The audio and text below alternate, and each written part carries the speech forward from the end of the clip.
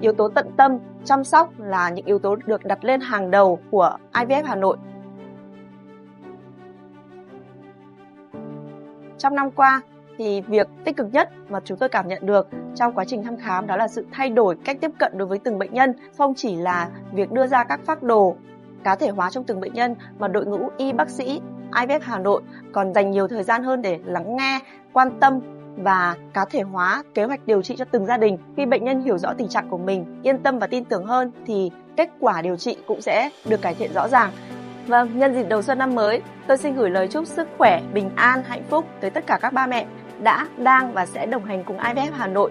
Chúc các ba mẹ trong hành trình tìm con sớm hái được trái ngọt và đón em bé khỏe mạnh chào đời. Xin chúc mừng năm mới ạ!